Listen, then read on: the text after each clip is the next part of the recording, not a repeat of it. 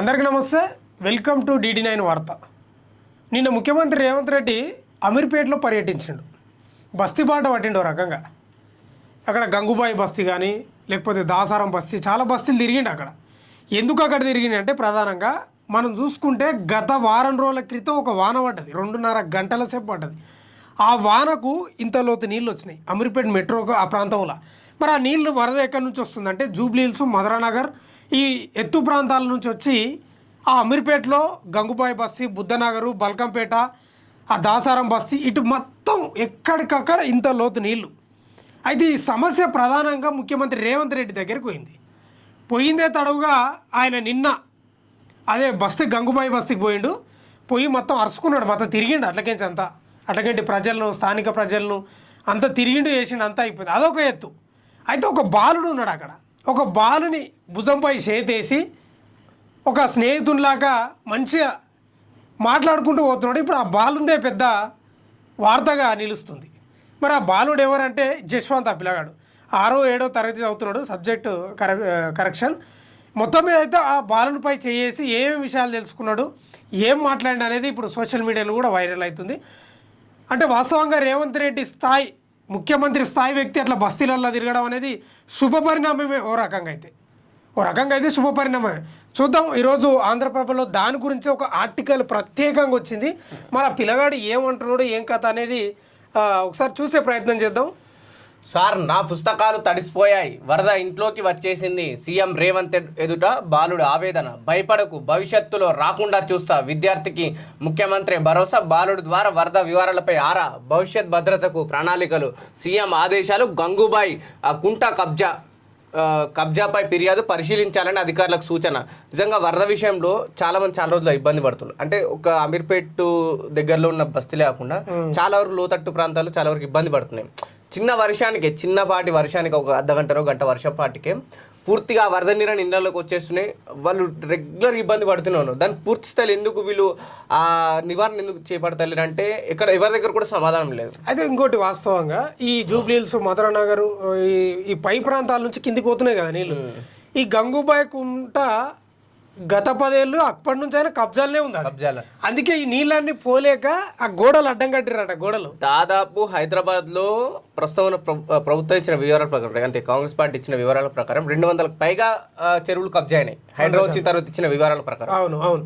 ఈ గంగుబాయి కుంట కూడా కబ్జా ఎందుకైందంటే అధికారులు వీళ్ళంతా కుమ్మకాయ ఇచ్చారు, అది వేరే విషయం. కానీ గోడ అడ్డం కట్టిరట పోకుండా. ఎంత మన హైటు ఇంకేడంగా పోతాయి నీళ్లు. అందుకే ఈ మధ్య కాలంలో మనకు ఈడికి వస్తున్నాయట నీళ్లు. అంటే ప్రధానంగా హైదరాబాద్ లో అంటే ఈ వరద నీరు రాని కారణం, లేకపోతే లోతట్టు ప్రాంతాలు మునిగిపోయిన కారణం ఈ కబ్జాలే. ఇంకోటి ఏం లేదు, ముచ్చటనే లేదు, వేరే ముచ్చట ఇంకోటి లేదు. దాంట్లో ప్రధానంగా ప్రజలది కొంతవరకు సమస్య అయితే, అంటే వాళ్ళ తప్పు అయితే ఎక్కువ 80% తప్పు అయితే అధికారులదే. 100% కబ్జాదారులు, అధికారులు, రాజకీయ. నువ్వైనా నేనైనా సరే జాగుందని చెప్పేసి ఆ గోడలో రేకో జరుపుతాం. అధికారుల పర్యవేక్షణలు ఉన్నది, వాళ్ళు పర్మిషన్ ఇయ్యన్నా సరే, వాడు తెలుసో తెలియక కట్టుకున్నారు. గతంలో రేవంత్ రెడ్డి చెప్పిన వాక్యాలే. అరే వాడు తెలుసో తెలియక కట్టుకున్నారు భయ్, మీరు చెప్పాలి కదా అధికారులు, దానికి తగిన చర్యలు తీసుకోవాలని చెప్పేసి రేవంత్ రెడ్డి ఒక ఇంటర్వ్యూలో చెప్పిండు. అంటే అధికారులు బాధ్యులే, రాజకీయ నాయకులు బాధ్యులే, ప్రజలు కూడా బాధ్యులే. వరద నీరు ఇప్పుడు ఇబ్బంది పడుతున్న వాళ్ళు కూడా చాలా వరకు బాధ్యులే. దీనికి ఏంది సమస్య అంటే ఈ కుంటలను నివారించడం, పునరుద్ధరించడం. అవి ఎప్పుడైతే వేస్తామో ఇలాంటివి పడుతూ ఉంటాయి. ఇంకోటి, ఈ కబ్జాలపై పునరుద్ధరించిల్లు. ఇప్పుడు ఇక్కడ సున్నం చెరువు ఉంటుంది మాదాపూర్లో. సో మాదాపూర్లో సున్నం చెరువు దగ్గర గతంలో సంవత్సరం కింద అన్ని గుడిసెలు వేసుకుని ఈయనే ఉంటుంది దగ్గర. సరే, గుడిసెలు తొలగించులు, మళ్ళీ వాళ్ళని మళ్ళీ వేసుకుని మళ్ళీ తొలగించారు. ఇప్పుడు అది ఏమైతే కన్స్ట్రక్షన్ జరుగుతుంది. ఈ చెరువు ఉందా, చెరువు సరే పునరుద్ధరిస్తులు కరెక్ట్ ఎగ్జాక్ట్ దాని పక్కన మళ్ళీ కన్స్ట్రక్షన్ జరుగుతుంది. ఒకసారి మీరు చూస్తే కనిపిస్తుంది అక్కడ. దాన్ని చూడాలి, దాని కథ కూడా. ఇగో హైడ్రా రంగనాథ్ గారు, ఈమె ఎవరు, కార్పొరేటర్ శ్యామల, అమీర్పేట్ కార్పొరేటర్ రేవంత్ రెడ్డి గారు మొత్తం బాగానే తిరిగిండు. నిన్న బాగానే తిరిగిండు కానీ చూద్దాం, అది ఒకసారి డీటెయిల్స్ వెళ్ళే ప్రయత్నం చేద్దాం. అక్క నమస్తే. అక్క అక్క నేను లైవ్ లో ఉన్నా అక్క. నిన్న సీఎం గారు మీ కాలనీకి వచ్చారు కదా, ఏంటి మీతో ఏం మాట్లాడారు? మీతో మాట్లాడిన వీడియోస్ కూడా బయటకు వచ్చినాయి కదా, మీరు ఏం ఫిర్యాదు ఇచ్చారు సీఎం గారికి? యాక్చువల్ గా మనం చేసింది ఏంటంటే యాక్చువల్ గా అంతకు ముందు రోజు రాత్రే 1:00-1:30కి అక్కడ వర్షం వల్ల మొత్తం అంత ప్రాబ్లం అయ్యింది. ప్రాబ్లం అయితే అక్కడ మేము 1:30కి హైదరాబాద్ వాళ్ళకి ఫోన్ చేసాము. మన హైదరాబాద్ కమిషనర్ గారికి కూడా వెళ్ళి జోనల్ కమిషనర్ గారికి కూడా చేసాము. వాళ్ళు రియాక్ట్ అవి, ఎందుకంటే అక్కడ కంప్లీట్ గా మీ ఇళ్లలోకి వచ్చేసినాయి వాటర్. అంటే ఇది మిడిల్ ఆఫ్ ద సిటీ కదమ్మా, అవుట్ కాదు, ఇది కాదు. సో అది చెప్పి వారిని కొంచెం కోపడడం కూడా జరిగింది. కానీ వాళ్ళు ఏమన్నారంటే మేము వస్తాము అని వచ్చారు. మేమేమంటున్నాం అంటే ఇది ఎప్పటి నుంచో జరుగుతుంది, ఒక 10 years నుంచి జరుగుతుంది. అదే విషయం సార్ చెప్పాము. అంటే ప్రధానంగా అక్కడ వరద రానికి కారణం ఏందంటారు, మీరు ఒక కార్పొరేటర్ గా చెప్పండి. అక్కడ ఇది ఎర్రగడ్డ నుంచి ఆ వాటర్ ఫ్లో వస్తుందమ్మా. జనరల్ గా వర్షం వచ్చినప్పుడు ఎర్రగడ్డ నుంచి మన ప్రతి అన్ని స్ట్రీట్ వచ్చేసి ఎస్ఆర్ నగర్ కమాన్ నుంచి లోపలికి వస్తాయి. అంటే పల్లమట ఉంది. పల్లమట ఉండడం వల్ల కంప్లీట్ గా అది ఇంత చిన్న బస్తీకి వస్తుంది అనమాట. అంటే రోడ్ ఫ్లో లెవెలింగ్ అటు సైడ్ ఉంది. సో మేము చెప్పింది అదే, ఆ లెవెల్స్ ఏదైతే వాటర్ ఫ్లో వెళ్ళే లెవెల్స్ ని కొంత చూసుకోమంటే వారు కూడా స్పందించి చేస్తాము అన్నారు. అయితే ఇక్కడ ఏంటంటే పర్మనెంట్ సొల్యూషన్ ఇవ్వాలి. ఇది జస్ట్ నాట్ లైక్ దట్ వరద వచ్చినప్పుడు మనం ఏదో ప్రాబ్లం వస్తుంది అని. ఇప్పుడు వర్షం చిన్నపాటి వర్షానికే చాలా వరకు బస్తీలలో వరద నీరు ముంపులకు గురవుతున్నాయి లోటత్తు ప్రాంతాలు. కానీ మీరు గతంలో అంటే ముందు వాళ్ళ కంప్లైంట్ ఇచ్చే ప్రయత్నం చేశారా, మాకు వర్షం వస్తే ఇబ్బంది అవుతుంది మా కాలనీ వాసులకు, లేకపోతే మా బస్తీ వాసులకు అనే విషయం? అంతకు ముందు కూడా చాలా సార్లు కంప్లైంట్స్ వెళ్ళినాయి. ఆల్రెడీ మాట్లాడడం కూడా జరిగింది. చేస్తాము అంటారే గానీ ఇంజనీరింగ్ డిపార్ట్మెంట్ కి వాటర్ వర్క్స్ డిపార్ట్మెంట్ కి ఎప్పుడు కూడా కోఆర్డినేషన్ ఉండదు. ఈ water inlet, rain water inlet అయ్యే దానికి సివరేజ్ రెండు కలిసిపోవడం వల్ల కూడా ఇది మేజర్ ప్రాబ్లం అవుతుంది. ఇది నాట్ నౌ, 10 years నుంచి ఇది జరుగుతుంది. చెప్తా ఉన్నారు. అక్కడ ఉన్న బుద్ధనగర్ వాసులు అందరూ కూడా ఎప్పుడు ఇబ్బంది పడుతున్నారు. ఎట్లా ఉంది ఇప్పుడు హైడ్రా ఎట్లా దాన్ని పరిశీలిస్తుంది, ఏమైనా క్లియర్ చేసే ప్రయత్నం జరుగుతున్నాయి, లేకపోతే యథావిధిగా సీఎం గారు వచ్చింది కాబట్టి హడావిడిగా అధికారులు వచ్చేసి లేక వెళ్ళిపోయిన పరిస్థితి ఉంది అక్కడ? మాకు సీఎం గారు చెప్పడం ఏంటి అంటే మేము ఖచ్చితంగా దాన్ని చేస్తాము, దాన్ని ప్లాన్ చేసి, ఎందుకంటే టెక్నికల్ గా అది చూడాలమ్మా. ఎస్ఆర్ నగర్ నుంచి ఫ్లో వస్తుంది కదా, ఆ వాటర్ ఫ్లోని ఇక్కడికి రాకుండా ఎలా ఆపగలము అన్నది టెక్నికల్ ఇష్యూ. అది ఆ టెక్నికల్ సాల్వ్ చేస్తాము అని మాట ఇవ్వడం జరిగింది. We are for good solution, permanent solution.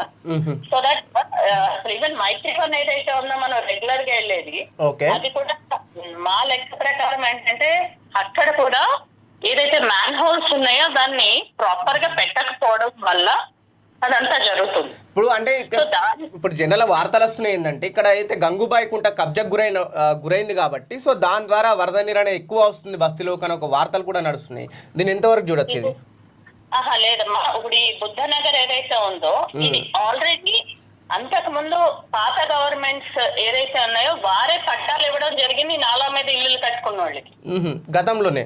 ఇది బీఆర్ఎస్ ప్రభుత్వం ఉన్నప్పుడు లేకపోతే అంతకు ముందు ఉన్నప్పుడు ఉమ్మడి ఆంధ్రప్రదేశ్ లో, ఇంకా ముందు ఉన్న ప్రభుత్వాలు ఉమ్మడి ఆంధ్రప్రదేశ్ లో ఉమ్మడి ఆంధ్రప్రదేశ్ లో అప్పట్లో వాళ్ళు క్లియర్ గా ఇవ్వడం జరిగింది. అప్పుడు కూడా నాకు తెలిసినంత వరకు ఆ పట్టాలు ఇచ్చినప్పుడు కాంగ్రెస్ ప్రభుత్వమే ఉందని నాకు గుర్తు, in are knowledge.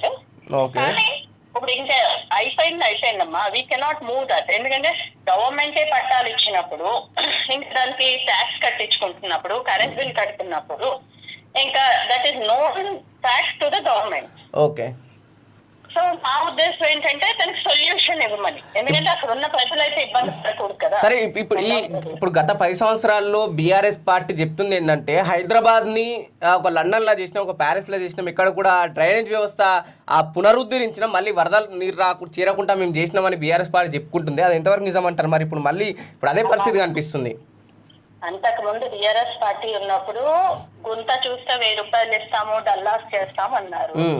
Sorry to say this, ఇప్పుడు కొత్తగా వచ్చిన ప్రభుత్వానికి సమయం ఇవ్వాలని కానీ, లేకపోతే these are all long term issues happening. ఇప్పుడున్న ప్రభుత్వం సానుకూలంగా సీఎం గారు వచ్చారు, చాలా సంతోషకరమైన విషయం. కానీ దాన్ని ఇంప్లిమెంటేషన్ లో వారు చేస్తారని మేము ఆశిస్తున్నాము. సో ప్రాపర్గా ఇక్కడే కదమ్మా, ఎనీ ప్లేస్ సిటీలో, నగరంలో, ఇంత పెద్ద మహానగరం అని చెప్పే సిటీ డెవలప్మెంట్ కి ఈ ఇష్యూస్ ఎప్పటి నుంచో జరుగుతున్నాయి. It is technical reports given to the government. So దాన్ని సాల్వ్ చేస్తే ప్రజలందరూ సంతోషిస్తారు, మేము కూడా సంతోషిస్తాము, దాన్ని ఆహ్వానిస్తాం కూడా. రైట్ థ్యాంక్ యూ అక్క, సమయం ఇచ్చింది. Thank you madam. Thank you. Right, ఇది అంటే అక్కడున్న లోకల్ కార్పొరేటర్ చెప్తుంది ఏంటంటే సమస్య ఇప్పటిది కాదు, ఉమ్మడి ఆంధ్రప్రదేశ్లో అంటే ఉమ్మడి ఆంధ్రప్రదేశ్లో కాంగ్రెస్ పార్టీ దానికి నాలాలపైన మీరు ఇల్లు కట్టుకోండి ఎక్కడ పడితే అక్కడ పర్మిషన్స్ ఇచ్చిందని చెప్పేసి ఉమ్మడి ఆంధ్రప్రదేశ్లో ఉన్న గవర్నమెంట్ అధికారులు కావచ్చు, అక్కడ ఉన్న నాయకులు వాళ్ళు ఇచ్చిన పర్మిషన్సే మళ్ళీ మాకు ఇప్పుడు అవే ఇబ్బంది అవుతున్నాయని చెప్తుంది. మరి ఎట్లా పర్మిషన్ ఇవ్వడం ఎందుకు? ఉమ్మడి ఆంధ్రప్రదేశ్లో జరిగింది సరే, తెలంగాణ వచ్చిన తర్వాత బీఆర్ఎస్ పార్టీ 10 ఏళ్ళ అధికారంలో ఉన్నా కూడా అక్కడ ఉన్న కార్పొరేటర్ చెప్తున్న ప్రకారం గుంత చూస్తే 1000 రూపాయలన్న, అంటే ఎవరైతే గుంత చూసి ప్రభుత్వానికి చెప్తారో వాళ్ళకి 1000 రూపాయలు ఇస్తా అన్నది, అంటే మరో ప్యారేజ్ చేస్తా అన్నది. ఆ పార్టీగా అధికారంలో ఉన్నప్పుడు ఎటువంటి చర్యలు తీసుకోలేదు, వరద నీరుకి ఇబ్బంది పడుతూనే ఉన్నారు ప్రజలు అంటున్నారు. మరి కబ్జాలకు ఇప్పుడు ఈమెనే అది కార్పొరేటర్ గారే చెప్తున్నారు, గత ప్రభుత్వం ఉమ్మడి ఆంధ్రప్రదేశ్లోనే పర్మిషన్లు ఇచ్చిన నాలాలపై. ఇప్పుడు ఎవరు బాధ్యులు? ప్రజల తప్పు లేదు ఇక్కడ, ఈ రాజకీయ నాయకులు అధికారులదే. సీఎం సార్ నా పుస్తకాలు తడిసిపోయాయి, సీఎం సార్ మా ఇంట్లో వరద నీరు వచ్చేసింది, నా పుస్తకాలు అన్నీ తడిసిపోయాయి, భయం వేసింది అంటూ సాక్షాత్తు సీఎం రేవంత్ రెడ్డికి తన గూడు వెళ్ళబుచ్చుకున్నాడు ఓ బాలుడు. ఆదివారం వరద ముంపు ప్రాంతాల్లో పర్యటించిన సీఎం అక్కడ పరిస్థితులపై అధికారులను ఆరా తీస్తూ నడుస్తున్న క్రమంలో ఓ బాలుడు తరచుపడడంతో దగ్గరకు తీసుకొని భుజం మీద చేయి వేసి అతనితో పాటు ముంపు ప్రాంతాల్లో నడుచుకుంటూ వరద వివరాలు బాలుడు ద్వారా తెలుసుకున్నారు. ఈ క్రమంలో ఆ బాలుడు తన ఇంటి సమస్యని సీఎంకు వివరించారు. దీంతో సీఎం స్పందిస్తూ భవిష్యత్తులో ఇలాంటి పరిస్థితులు రాకుండా చూస్తానని ధైర్యంగా ఉండమంటూ బాలునికి భరోసా ఇచ్చారు. ఈ పోరాడు ఈ పిల్లగాన్ని ఎంత సంతోషం వ్యక్తం చేస్తున్నాడు.